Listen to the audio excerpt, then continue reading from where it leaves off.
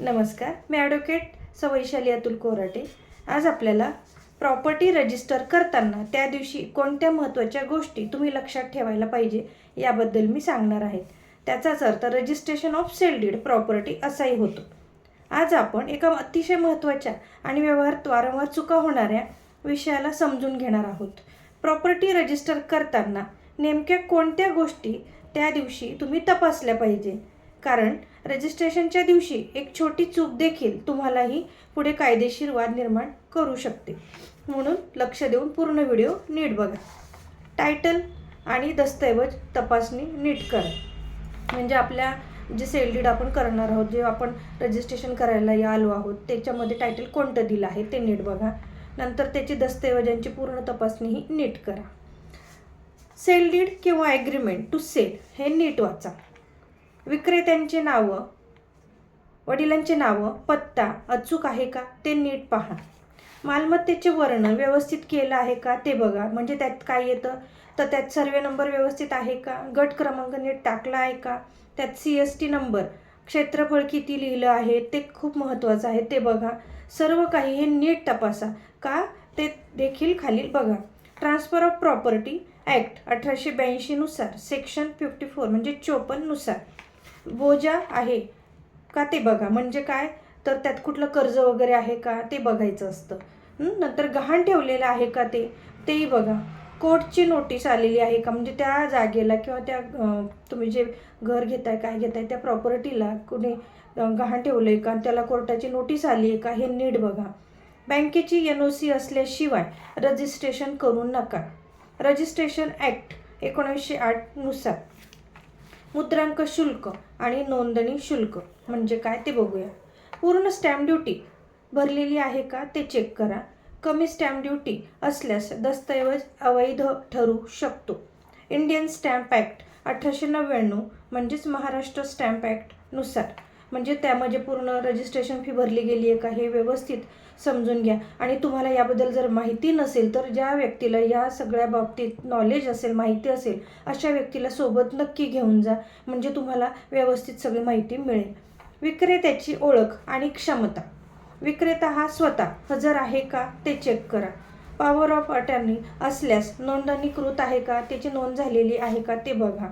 अल्पवयीन किंवा वृद्ध व्यक्ती असल्यास कायदेशीर परवानगी आहे का, लिगली ते आहेत का तेही बघा.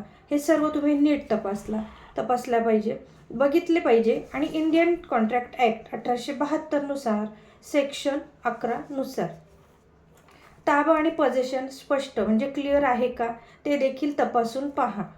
ताबा कधी दिला जात आहे ते नीट व्यवस्थित चेक करा. ताब्याची नोंद सेल डीडमध्ये आहे का ते बघा. ट्रान्सफर ऑफ प्रॉपर्टी ॲक्ट 1882 नुसार म्हणजे ताबाची तारीख, डेट जे काय असेल ते व्यवस्थित चेक करा. साक्षीदार म्हणजेच विटनेस कसे असावेत ते बघूया. किमान 2 साक्षीदार तरी असणे हे आवश्यक आहे. साक्षीदाराची चांगली ओळख असली पाहिजे आणि विश्वासातले असले पाहिजे. पुढे जाऊन जर काही अडचणी आल्या तर साक्षीदार आपल्या बाजूने बोलला पाहिजे. असेच विश्वासातले साक्षीदार पाहिजे. म्हणजे तो अडचण आली, काही प्रॉब्लेम आला कायदेशीर लिगली तर तो तुमच्या बाजूने उभा राहिला पाहिजे. फोटो आणि बायोमेट्रिक आणि सही हे खूप महत्त्वाचं आहे. ते देखील मी तुम्हाला आता सांगणार आहे, ते बघूयात आपण. फोटो व्यवस्थित काढला पाहिजे, क्लिअर दिसला पाहिजे, तो व्यवस्थित काढा. अंगठा व्यवस्थित थंब नीट दिलं आहे का ते चेक करा. सही व्यवस्थित झाली आहे का, त्यात काही चुकलं आहे का ती चेक करा. म्हणजे आपण दरवेळेला जिथं प्रत्येक ठिकाणी बँकेमध्ये इतर ठिकाणी जी सही करतो ती सेम तशी सही तिथे आली पाहिजे. थोडी जरी चुकली तर त्यात कागदपत्रांमध्ये प्रॉब्लेम येऊ शकतो. या तिन्ही गोष्टी अचूक झाल्या आहे का ते तुम्ही नीट बघायचं, तपासायचं आहे. त्या खूप महत्त्वाच्या आहेत. कोणत्याही घाईगडबडीने ह्या गोष्टी तुम्ही करू नका, लक्षपूर्वक कराव्यात. ही सब रजिस्ट्रार ऑफिसची प्रोसिजर आहे. रजिस्ट्रेशन नंतर काय करावे ते बघूयात. सर्वात आधी तुम्ही इंडेक्स 2 घ्या. सातबारा किंवा मालमत्ता कार्ड नावावर फेरफार करून घ्या. सोसायटीत तुमचं नाव नोंदणी करा. या तिन्ही गोष्टी महत्त्वाच्या आहे रजिस्ट्रेशन नंतर. ह्या चुका करू नका. कुठल्या घाईघाईत तुम्ही सही करू नका. व्यवस्थित सही करा, जे नेहमी करतो तशी. कागदपत्र न वाचता रजिस्ट्रेशन करू नका. व्यवस्थित कागदपत्र व्यवस्थित वाचा, त्यात घाईगडबड करू नका. वकिलांचा सल्ला हा न घेता व्यवहार करू नका. वकिलांचा हा सल्ला घेतलाच पाहिजे. प्रॉपर्टी रजिस्टर करताना प्रत्येक मुद्दा नीट तपासणे आवश्यक आहे.